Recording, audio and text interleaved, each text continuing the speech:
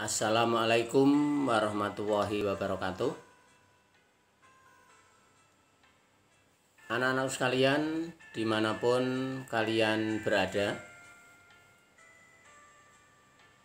Bapak harapkan kalian senantiasa dalam keadaan sehat walafiat, tanpa kekurangan suatu apapun, dan juga tetap semangat belajar. Kita ketemu lagi di pembelajaran Mapel PPKN kelas 9. Tetap melalui Dirin CH Official. Jangan lupa subscribe dari kalian, like, komen, dan share.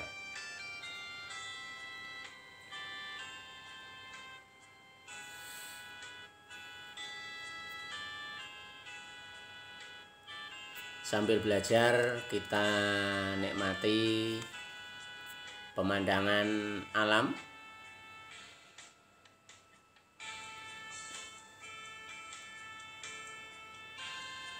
Kali ini kita akan membahas bab 3,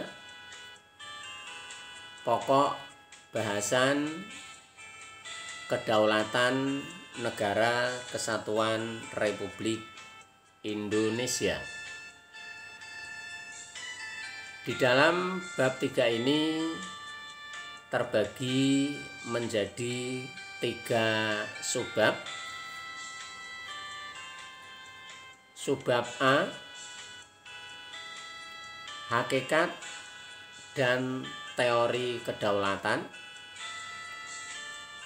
Subbab B, bentuk dan prinsip kedaulatan Negara Kesatuan Republik Indonesia. Dan subbab C, melaksanakan prinsip-prinsip kedaulatan Negara Kesatuan Republik Indonesia.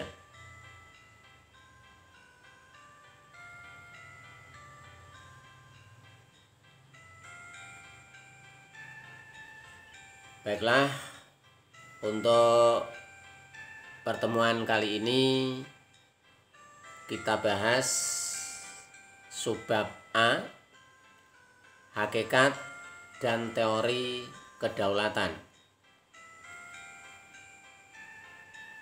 Namun perlu kalian ketahui, tujuan pembelajaran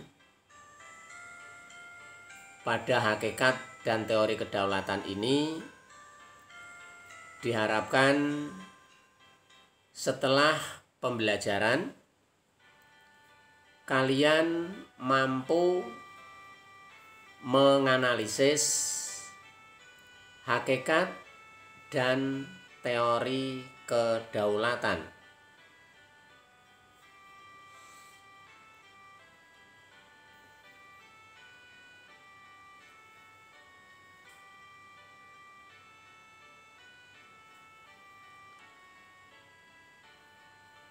Kita mulai. Nomor 1, pengertian kedaulatan. Bahwa kata kedaulatan berasal dari bahasa Arab, yaitu daulah, yang artinya kekuasaan tertinggi.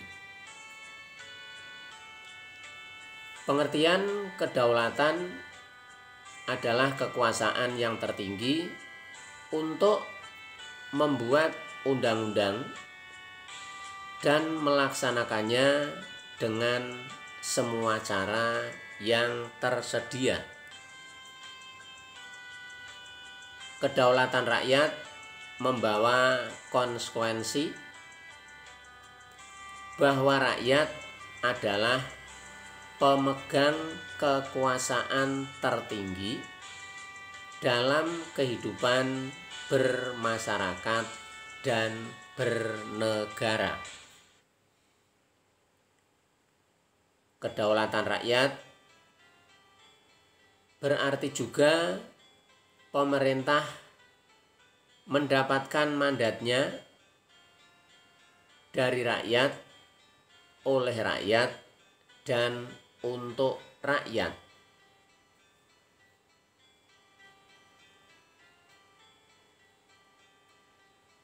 Pemerintahan oleh rakyat artinya bahwa pemerintahan yang ada diselenggarakan dan dilakukan oleh rakyat sendiri. Gaya pemerintahan seperti ini disebut demokrasi. Masih ingatkah kalian pengertian demokrasi? Bagus, kalian anak-anak yang rajin, anak-anak yang pinter, tentunya tidak melupakan begitu saja pelajaran-pelajaran yang telah diterangkan. Bahwa demokrasi berasal dari dua kata, yaitu demos dan kratos. Demos artinya rakyat dan kratos artinya pemerintahan. Sehingga kalau digabungkan menjadi kata demokrasi. Artinya adalah pemerintahan dari, oleh, dan untuk rakyat.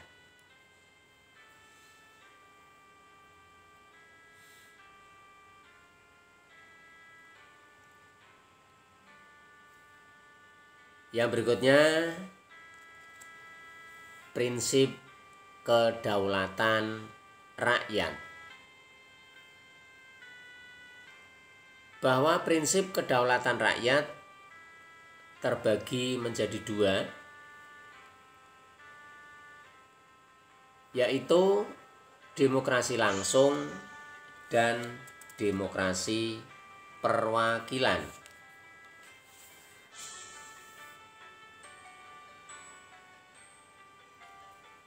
Nah, sekarang apa yang dimaksud dengan demokrasi langsung? Demokrasi langsung artinya rakyat mengambil bagian secara pribadi dalam tindakan-tindakan dan pemberian suara untuk membahas serta mengesahkan undang-undang. Sedangkan demokrasi perwakilan artinya rakyat memilih warga lainnya sebagai wakil yang duduk di lembaga perwakilan rakyat untuk membahas dan mengesahkan undang-undang.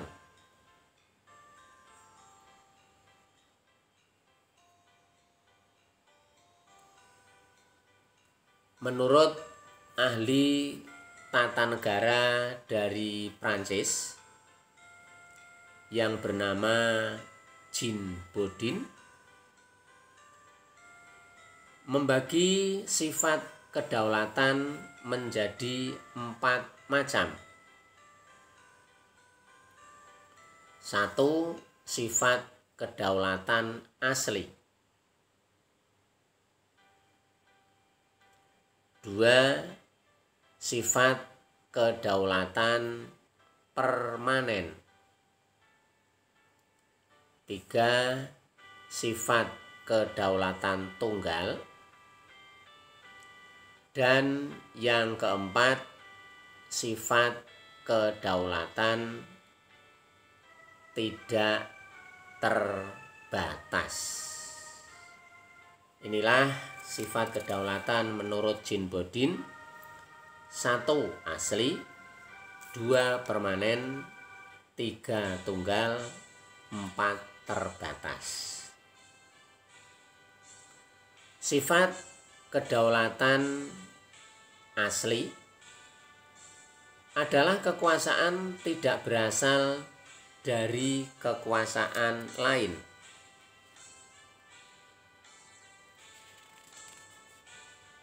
Dua, sifat kedaulatan permanen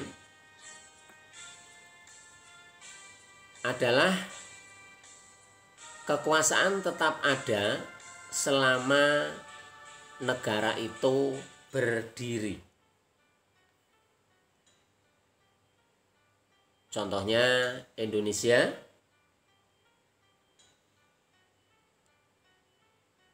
tetap ada kekuasaan walaupun pemerintahannya berganti-ganti, dari pertama Presiden Soekarno dan sekarang Presiden Joko Widodo.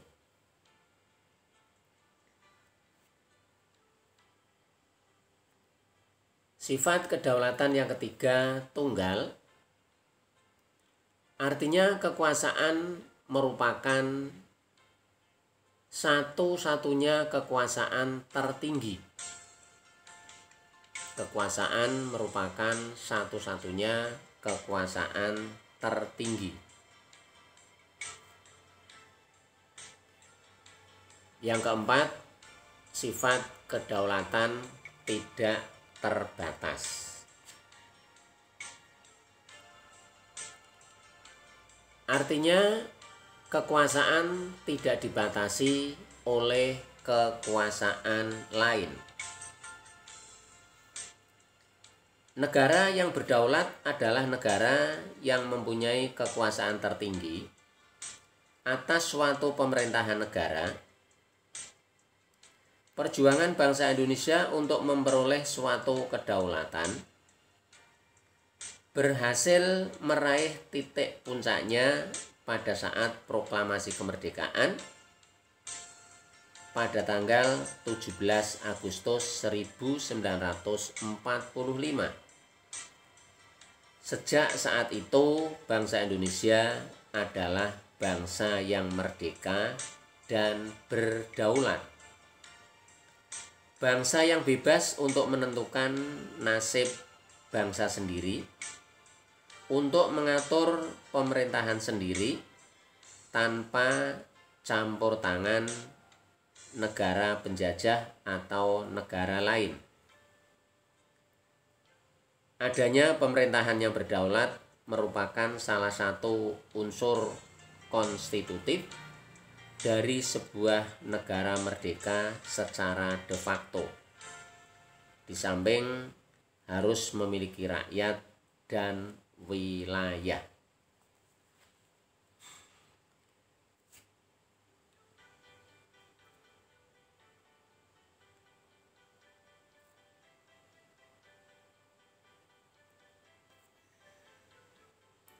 Kedaulatan atau kekuasaan tertinggi suatu negara terdiri atas dua bentuk.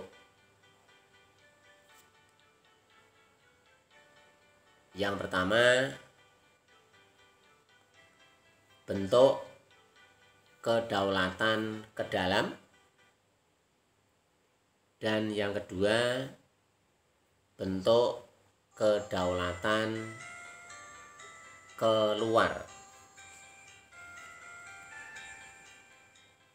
Yang dimaksud dengan kedaulatan ke dalam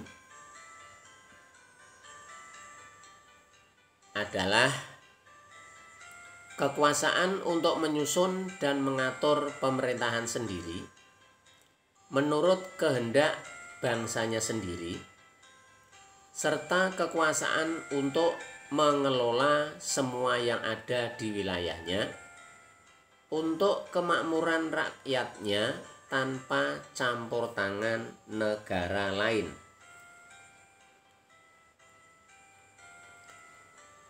Sedang kedaulatan keluar adalah kekuasaan untuk berhubungan dan bekerja sama dengan bangsa lain tanpa terikat oleh kekuasaan lain. Contoh pelaksanaan kedaulatan keluar antara lain mengadakan perjanjian dengan negara lain, menyatakan perang atau perdamaian,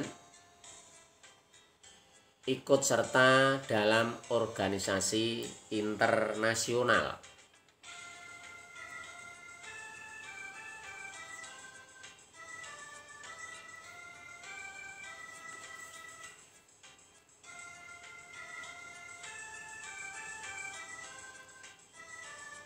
Sekarang yang kedua yaitu teori kedaulatan.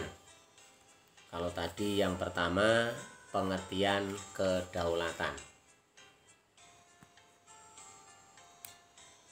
Teori kedaulatan terbagi menjadi 5. 1. Teori kedaulatan Tuhan. 2. Teori kedaulatan raja. 3. Teori kedaulatan negara. 4. Teori kedaulatan hukum. Dan yang kelima, teori kedaulatan rakyat.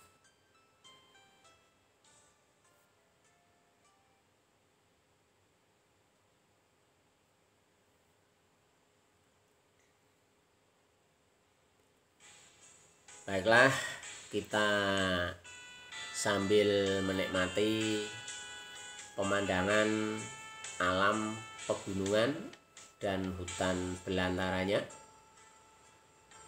kita lanjutkan pengertian dari masing-masing teori kedaulatan.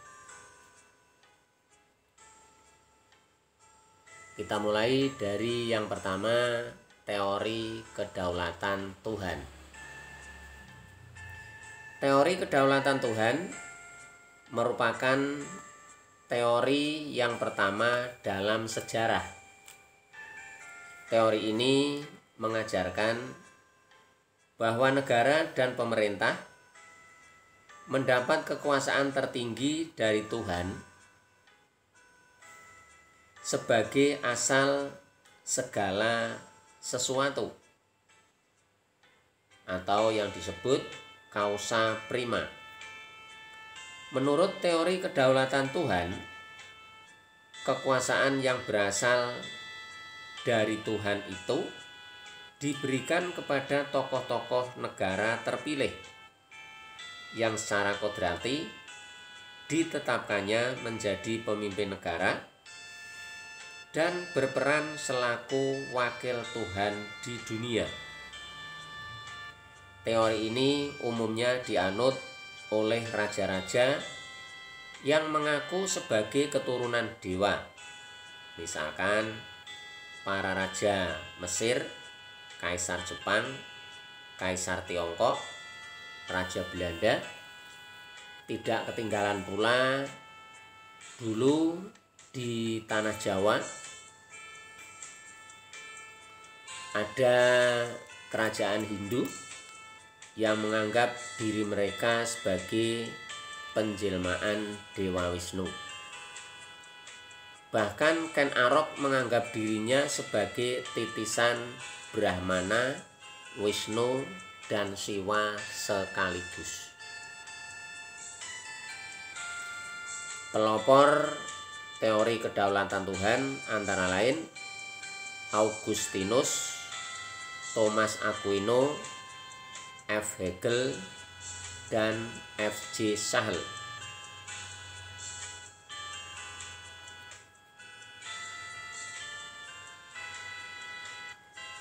Yang kedua, teori kedaulatan raja.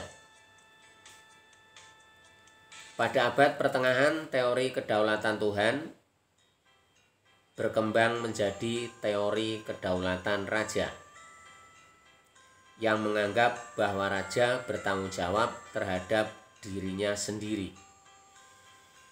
Kekuasaan raja berada di atas konstitusi. Apa konstitusi? Masih ingat? Iya, konstitusi adalah undang-undang dasar.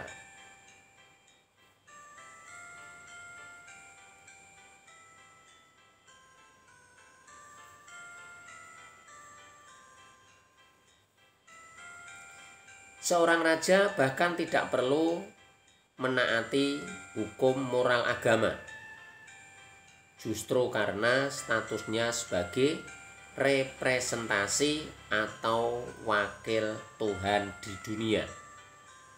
Maka pada saat itu kekuasaan raja berupa tirani bagi rakyatnya.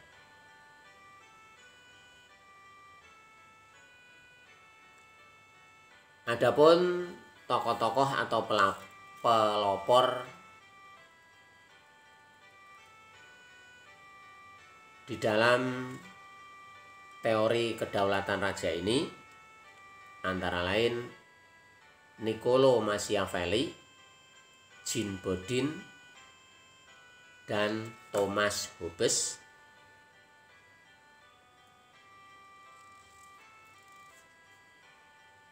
Kita contohkan misalkan di Perancis, yaitu Raja Louis ke-14 dengan semboyannya L'État c'est moi, yang artinya negara adalah saya. Maksud dari semboyan itu yang mana Raja Louis XIV menyatakan apa perkataan raja itulah hukum, dan dianggap setiap perkataan raja selalu benar. 3. Teori kedaulatan negara. Menurut teori kedaulatan negara, kekuasaan tertinggi terletak pada negara. Sumber kedaulatan adalah negara yang merupakan lembaga tertinggi kehidupan suatu bangsa. Kedaulatan timbul bersamaan dengan berdirinya suatu negara. Hukum dan konstitusi lahir menurut kehendak negara dan diabdikan kepada kepentingan negara. Para penganut teori ini melaksanakan pemerintahan tirani. Hal tersebut terbukti melalui sikap kepala negara yang bertindak secara diktator. Peletak dasar teori ini antara lain Jean Bodin, F. Hegel, G. Jelinek, dan Paul Laban. Pengembangan teori Hegel menyebar di negara-negara komunis. Yang keempat, teori kedaulatan hukum.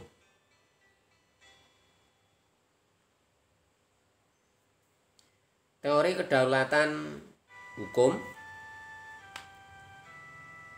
artinya kekuasaan pemerintah berasal dari hukum yang berlaku. Hukum, baik yang tertulis maupun tidak tertulis, yang membimbing kekuasaan pemerintah. Kekuasaan hukum merupakan kekuasaan tertinggi dalam negara. Hukum bersumber dari rasa keadilan dan kesadaran hukum. Negara melindungi hak-hak warga negara dan mewujudkan kesejahteraan umum. Etika normatif negara yang menjadikan hukum sebagai panglima, mewajibkan penegakan hukum dan penyelenggaraan negara dibatasi oleh hukum. Pelopor teori kedaulatan hukum diantaranya Hugo de Groot, Krebe, Immanuel Kant, dan Leon Duguid.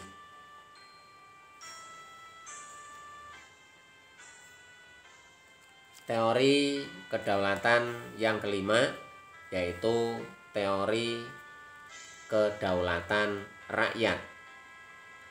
Teori kedaulatan rakyat beranggapan bahwa rakyat merupakan kesatuan yang dibentuk oleh suatu perjanjian masyarakat.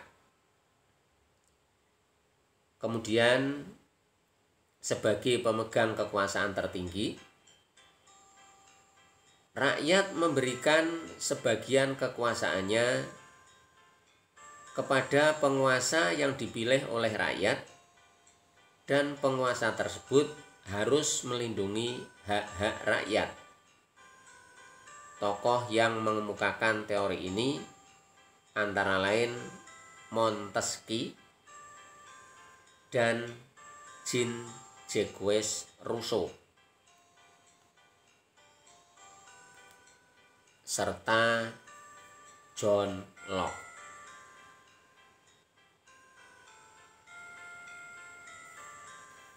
Baiklah, teori kedaulatan rakyat banyak digunakan di negara-negara di dunia dewasa ini. Maka untuk pendapat dari para ahlinya kita uraikan sekilas. Dari yang pertama, Jean-Jacques Rousseau menyatakan bahwa kedaulatan itu merupakan perwujudan kehendak umum dari suatu bangsa merdeka yang mengadakan perjanjian masyarakat atau yang disebut social contract.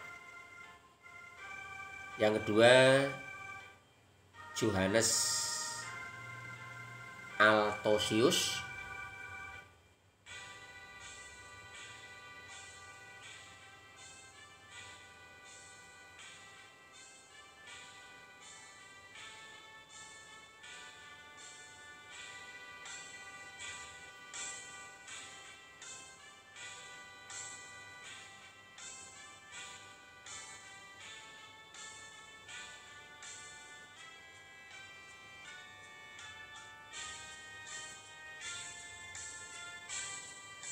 menyatakan bahwa setiap susunan pergaulan hidup manusia terjadi dari perjanjian masyarakat yang tunduk kepada kekuasaan, dan pemegang kekuasaan itu dipilih oleh rakyat.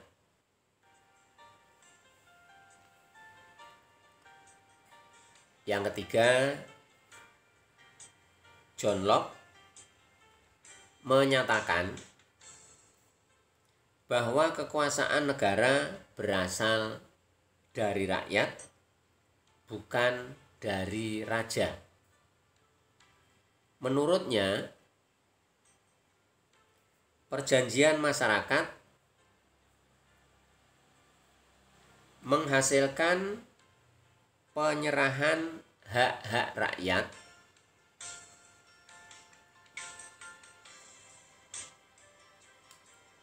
kepada pemerintah, dan pemerintah mengembalikan hak dan kewajiban asasi kepada rakyat melalui peraturan perundang-undangan.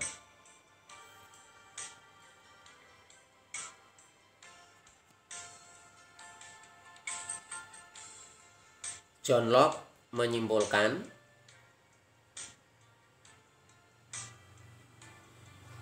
bahwa terbentuknya negara melalui dua hal. Yang pertama, Pactum unionis, yaitu perjanjian antara individu untuk membentuk suatu negara. Yang kedua, pactum subjectionis, yaitu perjanjian antara individu dan wadah atau negara untuk memberi kewenangan atau mandat kepada negara berdasarkan konstitusi atau undang-undang dasar.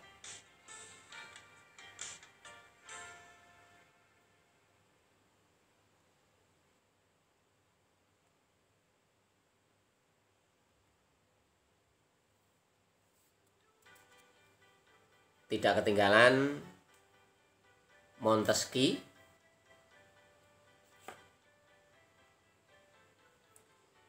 seorang ahli dari Prancis, berpendapat bahwa agar kekuasaan dalam suatu negara tidak terpusat pada seorang,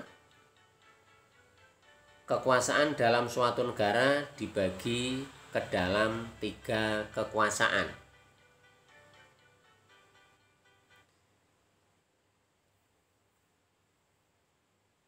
Atau yang disebut dengan separate of power. Kekuasaan dalam suatu negara dibagi ke dalam 3 kekuasaan yang terpisah atau yang disebut separate of power. Pemegang kekuasaan yang satu tidak mempengaruhi dan tidak ikut campur tangan terhadap kekuasaan lainnya. Pembagian kekuasaan dalam negara dibagi atas 3 kekuasaan.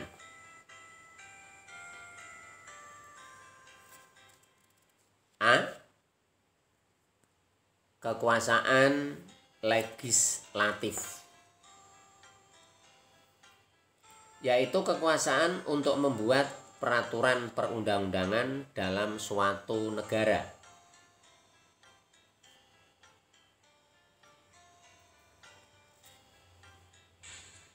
B. Kekuasaan eksekutif, yaitu kekuasaan untuk melaksanakan peraturan perundang-undangan yang berlaku.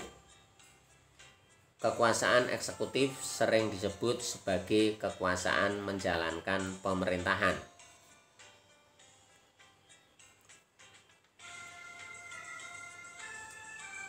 C. Kekuasaan yudikatif, yaitu kekuasaan untuk menegakkan peraturan perundang-undangan yang berlaku apabila terjadi pelanggaran. Untuk kekuasaan legislatif ya dipegang oleh DPR.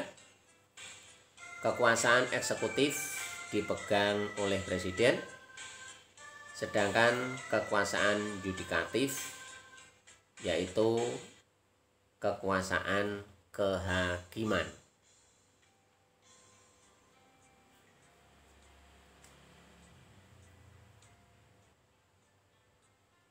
Demikianlah untuk pembahasan bab 3 subbab A, hakikat dan teori kedaulatan. Mudah-mudahan apa yang Bapak terangkan pada kesempatan kali ini bisa kalian terima dengan mudah, dan apabila ada hal-hal yang perlu ditanyakan bisa kalian tanyakan lewat grup yang ada dalam pelajaran PPKN. Baiklah, untuk pertemuan kali ini kita tutup bersama dengan bacaan hamdalah. Alhamdulillahirabbil alamin. Kurang lebihnya mohon maaf. Sampai jumpa pada pertemuan yang akan datang. Akhirul kalam, wabillahi taufiq wal hidayah wal inayah. Wassalamualaikum warahmatullahi wabarakatuh.